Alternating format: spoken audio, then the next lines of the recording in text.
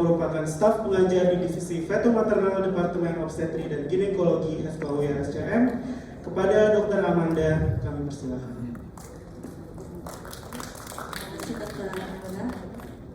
Melanjutkan dari dua pembicara sebelumnya ya, guru-guru kita semua yang memang sudah sangat berpengalaman mengenai fetal growth ini.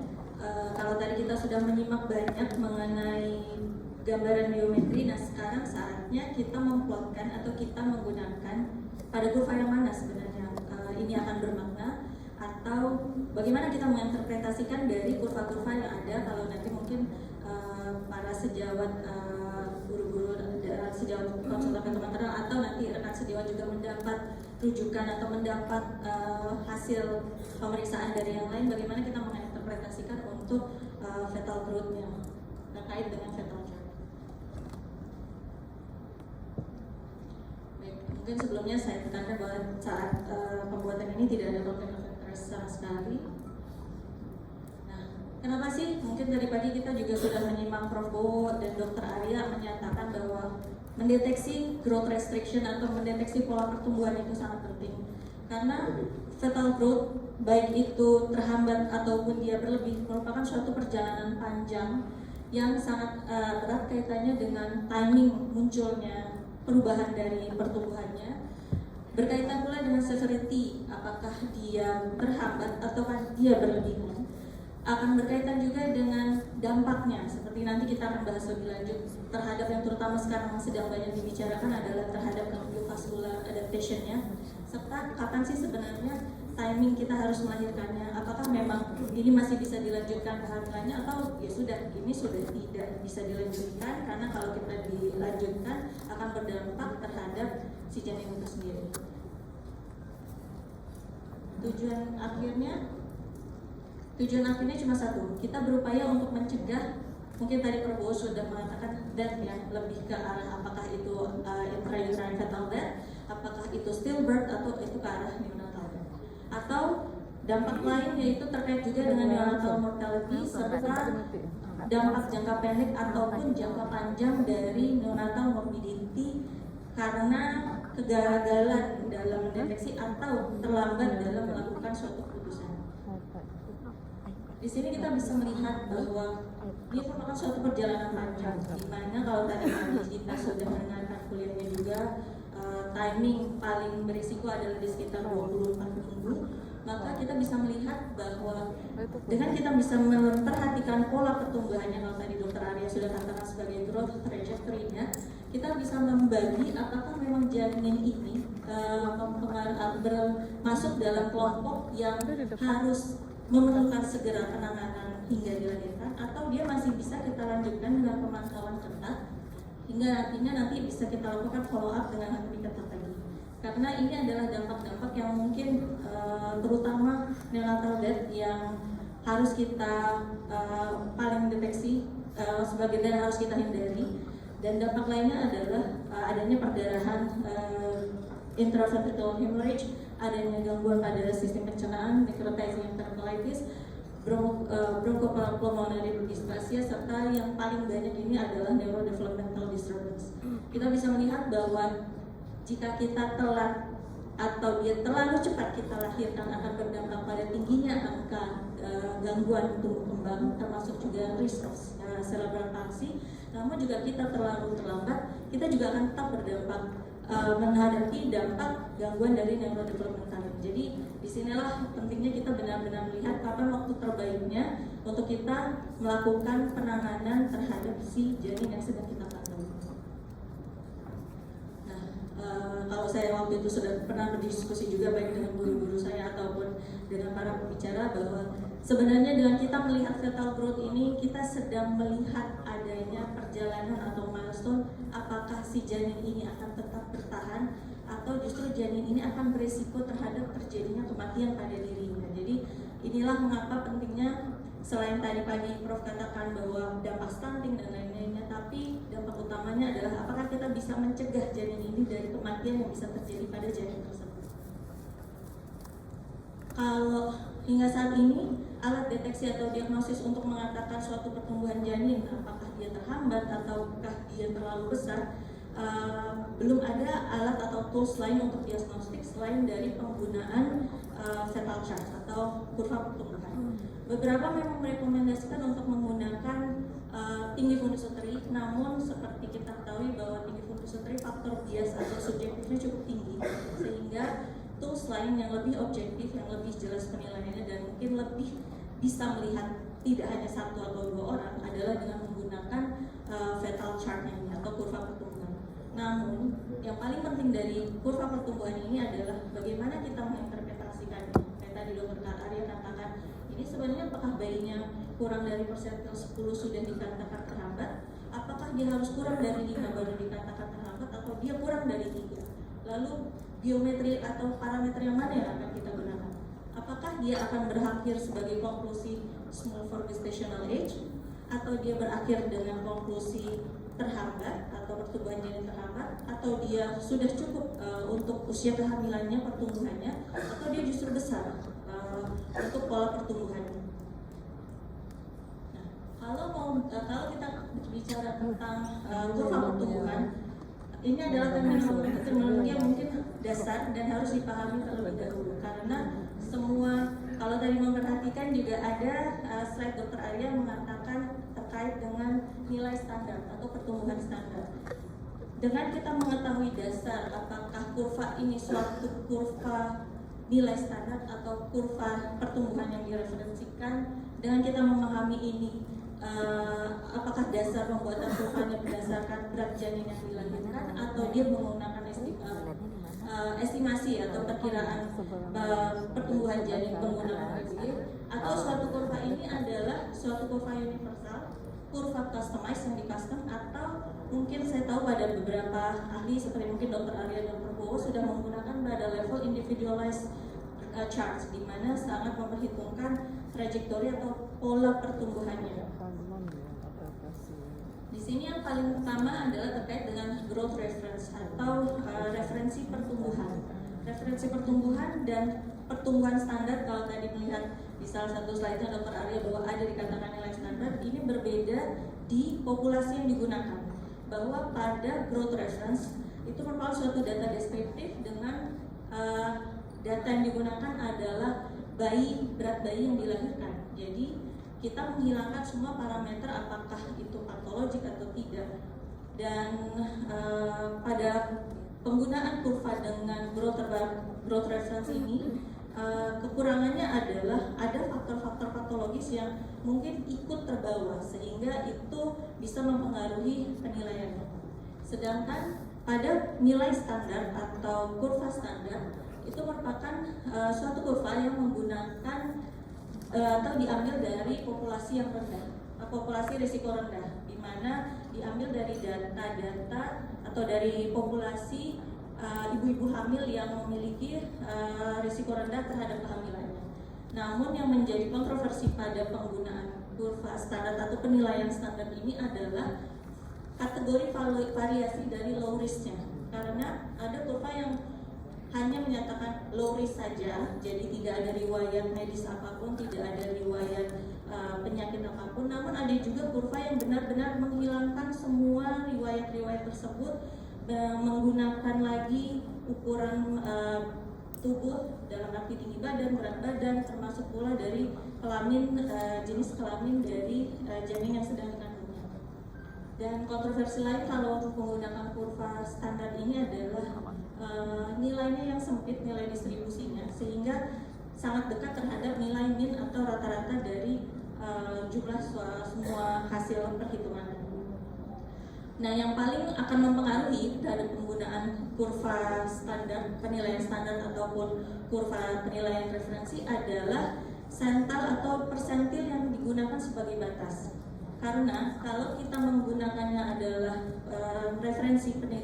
kurva preferensi atau pertumbuhan yang referensi, di mana diambil dari data bayi-bayi baru lahir, mereka menggunakan cut-off 10%, persentil 10, di mana kalau pada bayi yang lahir dengan persentil 10 atau bahkan di bawah persentil 10, itu dianggap memang sudah memiliki suatu kondisi yang beresiko atau patologis pada si bayi tersebut. Tapi hal itu belum tentu terjadi pada janin, sehingga kita menggunakan nilai standar akan berbeda nilai cut off atau batasan persentilnya, di mana mungkin dia di persentil 10 baiknya ini masih hanya kecil aja, tadi seperti dokter Arya katakan tidak ada dampak apapun, tapi bukan tidak mungkin dia butuh nilai cut off atau persentil yang lebih rendah untuk menunjukkan bahwa ini memang berisiko atau ini memang terjadi suatu hambatan pertumbuhan. Jadi memang dia akan berbeda di cut off sental yang digunakan untuk batasan apakah ini masih hanya kecil atau memang sudah terhambat. Terminologi lain adalah kurva yang menggunakan dari berat janin lahir atau birth weight, serta kurva yang menggunakan dari estimasi pertumbuhan janin atau berdasarkan dari data hasil pemeriksaan USG. Kalau pada birth weight, dia hanya menggunakan data cross-sectional, data yang besar, memang sangat mudah, namun pada kurva yang menggunakan birth weight ini, mereka menutup mata atau tidak menghitungkan adanya keoptimalan si janin pada masa usia preterm. Berbeda kalau kita menggunakan kurva pertumbuhan janin dengan menggunakan pemeriksaan USG, di mana potensi pertumbuhan itu masih kita lihat, dan data itu diambil dengan comparison yang sama menggunakan hasil-hasil pemeriksaan USG, dan bersifatnya prospektif, jadi diukur terus menerus sehingga lebih terlihat terutama adalah optimal growth-nya data yang diambil. Ini untuk terkait dengan kurva yang menggunakan estimasi pertumbuhan janin. Dan yang terakhir adalah berdasarkan apakah kurva ini suatu kurva universal yang memang menggunakan populasi banyak, populasi umum dengan variasi populasinya, atau ini suatu kurva customized yang memang memperhitungkan si ibu, apakah dia BMI-nya tinggi, ataukah dia tinggi badannya, atau berat badannya, atau jenis janinnya, atau yang bersifat individualis. Individualis ini terutama memang mungkin hanya beberapa yang menggunakan, karena dia di sini kalau individualis melihat benar-benar potensi, jadi trajektori si janin. Dia tidak berbeda dari dua kurva ini, dia benar-benar melihat si janin sebagai suatu kondisi dia bagus atau tidak. Tentu dua-duanya ini memiliki keuntungan dan kerugiannya. Seperti pada universal charge, dia memang ada faktor dari lingkungan, ada dalam arti ras, apakah faktor genetik di mana ras Caucasian dan Asia itu kan pasti jauh berbeda. Sedangkan kalau menggunakan customized charge ini ataupun individualized, dia lebih detail, mungkin lebih tidak praktis, dan karena dia menggunakan ada software untuk pemeriksaannya juga, dan cenderung memang lebih mahal untuk penggunaannya. Contoh dari kurva universal ini adalah Intergrowth 21, kurva WHO yang kemarin sudah dikeluarkan. Sedangkan kalau customized ini contoh kurvanya adalah kurva Grow yang bisa langsung diakses, dan individualis ini tidak ada yang khusus, tahu saya hanya dikatakan sebagai individualized growth assessment, itu memang ada software yang khusus. Nah, jadi kita menggunakan yang mana nih kurvanya? Karena ada banyak sekali kurva. Tadi Prof juga mengatakan headlock yang paling banyak, karena headlock yang pertama kali dikeluarkan dan sensitivitasnya cukup baik. Headlock dilakukan merupakan dari data cohort dari 392 resiko kehamilan rendah yang digunakan, atau menggunakan dari WHO di mana mereka menggunakan data penelitian prospektif longitudinal dengan sebanyak 1.387 sampel kehamilan risiko rendah, atau menggunakan intergrowth, di mana intergrowth kalau yang intergrowth pertama kali dan sekarang pun sudah mulai membedakan antara male fetus dan female fetus, di mana merupakan suatu penelitian prospektif longitudinal terhadap 4.321 kehamilan risiko rendah. Atau ini kita sudah dikatakan bahwa saya percaya dengan kemajuan teknologi USG sekarang, semua alat USG pasti sudah ada kurva pertumbuhannya, tinggal hanya mau diinput atau tidak, karena seperti tadi sudah dikatakan oleh Dr. Arya dan Dr. Bowo, semua itu ketika kita sudah melakukan pemeriksaan akan langsung tersave dan akan langsung muncul di kurvanya, tinggal hanya kita mau munculkannya atau tidak. Ini penelitian yang saya lakukan bersama Dr. Arya dengan menggunakan 6.000 sampel, namun kita lakukan penghilangan data untuk clearance data sehingga terkumpullah 2.205 kehamilan risiko rendah yang kita kembangkan menjadi suatu kurva pertumbuhan. Nah, jadi sekarang yang mana nih yang mau kita gunakan? Apakah Intergrowth, apakah WHO, ataukah cukup dari yang OSG saja, atau ya sudah, atau pakai kurva lokal? Rekomendasi terbaru yang diberikan dari Vigo, memang tidak ada data khusus mana kurva yang harus digunakan. Namun mereka merekomendasikan untuk menggunakan kurva yang dikembangkan dari data-data lokal atau populasi sendiri atau dari daerah tertentu. Bisa seperti yang saya kembangkan dengan Dr. Arya, bahwa kita mengembangkannya hanya untuk berdasarkan populasi di Jakarta. Bisa dalam suatu populasi yang lebih besar, apakah di Jawa Tengah ataupun di Indonesia seperti yang sekarang sedang dikerjakan dan sedang menunggu hasilnya. Lalu direkomendasikan untuk menggunakan kurva yang universal dengan mungkin beberapa penyesuaian atau local adjusted sesuai dengan yang ditemukan pada kondisi praktek sehari-hari. Serta direkomendasikan untuk menggunakan yang berdasar atau berbasis pemeriksaan OSG atau ultrasound base, karena yang kita compare kan memang taksiran perkiraan nih, bukan taksiran perkiraan lalu terhadap bayi yang sudah lahir. Namun di sini memang saya kasih tanda tanya besar. Apakah ini cukup? Apakah ketiga rekomendasi ini cukup untuk kita katakan bahwa oh udah kurva ini udah bagus, kurva Intergrowth udah paling sesuai dengan saya, kurva WHO sudah yang paling sesuai. Apakah cukup dengan ini?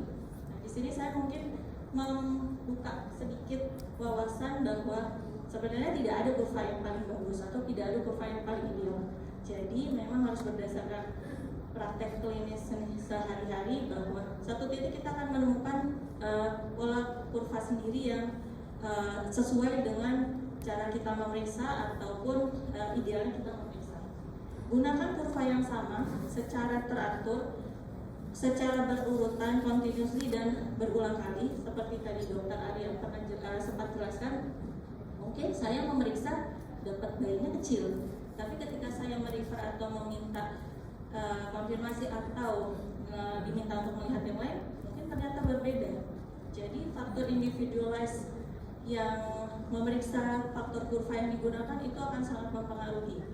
Paling sederhana, kurva di USG ketika kita plot itu pun juga mungkin akan berbeda di persentilnya. Jadi pilihlah mana yang paling sesuai, pilihlah mana yang paling memang mendekati, dan gunakan kurva itu secara reguler dan berulang untuk pemantauan terhadap janin tersebut. Dan di sini mungkin yang paling penting bisa saya tambahkan, seperti tadi kuliah Prof. Bowo dan Dr. Arya, biometrik itu tidak terjadi perubahan secara tiba-tiba. Dia tidak mungkin dalam satu waktu, mungkin bulan kemarin dia cukup, lalu tiba-tiba di bulan berikutnya dia kecil. Jadi pasti ada satu titik perubahan di mana kita perlu memang melihat dengan lebih jeli, dengan lebih jelas biometrik apa yang berubah. Apakah itu dari paling sederhana dan paling bermakna lingkar perut, apakah ketika lingkar perutnya itu sudah berubah, tulang panjangnya juga berubah, apakah ketika kedua komponen itu berubah, ukuran kepalanya juga berubah. Jadi mungkin saya membuka sedikit untuk melihat janin ini lebih secara detail, karena janin ini sebenarnya memberikan tanda ke kita. Bukan dia tidak memberikan tanda, tapi dia memberikan sesuatu, tinggal kitanya jeli atau tidak untuk melihat perubahan itu. Terkait dengan kurva, pasti akan terkait juga dengan formula perhitungan janin. Atau mungkin nanti ketemu kondisi di mana USG-nya rusak dan dipinjamkan USG-nya tidak ada kurva. Jadi manakah yang paling bisa digunakan untuk memantau pertumbuhannya? Di sini kita juga tetap menggunakan berdasarkan formula taksiran berat janin, seperti yang tadi sudah dikatakan pula dengan Dr. Arya. Ini penelitian yang saya lakukan dengan Dr. Arya di tahun 2016, di mana kita mengcompare atau membandingkan semua bukan semua, 5 formula taksiran berat janin dengan 2 komponen headlock 123 dan ditambah headlock shepherd, baik untuk bayi preterm maupun pada bayi lateral. Di mana kalau dari hasil pengukuran ini kita dapatkan headlock dengan 3 komponen BPD, AC dan FL adalah yang paling sedikit atau yang paling mendekati untuk digunakan untuk formula tak sedang berat jadinya pada populasi kita di Jakarta ini. Ini yang untuk pretermnya juga kami dapatkan pada kurva pada rumus Hadlock dengan selisihnya hanya sekitar 150 gram. Nah, ini mungkin yang terakhir dari saya, bahwa sebagai konklusinya mari kita bersama-sama untuk mendeteksi lebih dini atau lebih jeli lagi adanya masalah pertumbuhan, karena sebenarnya masalah pertumbuhan, terutama pertumbuhan janin terlambat, itu adalah perjalanan si janin at dying, apakah dia akan bisa bertahan hidup atau dia akan justru berisiko terjadi kematian. Mulailah untuk mencari atau melihat lagi kurva mana yang paling sesuai atau yang paling tepat, paling mendekati dengan outcome yang kita kerjakan. Gunakan kurva yang sama dengan pengukur atau orang yang sama secara berulang, dan jika memungkinkan lakukan audit terhadap diri sendiri. Seperti saya pun juga menilai diri saya sendiri, apakah pengukuran saya saat ini sudah sesuai, sudah pas, berapakah perbedaannya jika saya menggunakan kurva ini atau biometrik ini. Lalu kurva pertumbuhan memang penting, tapi observasilah yang penting terhadap adanya perubahan-perubahan dari komponen atau biometrik janin, serta jika kita tidak mulai menggunakan kurva ataupun kita tidak melakukan suatu observasi atau pemantauan yang jeli, kita akan gagal untuk menemukan adanya masalah pertumbuhan janin dan akan berakhir pada suatu kondisi kematian janin. Mungkin itu saja dari saya. Terima kasih.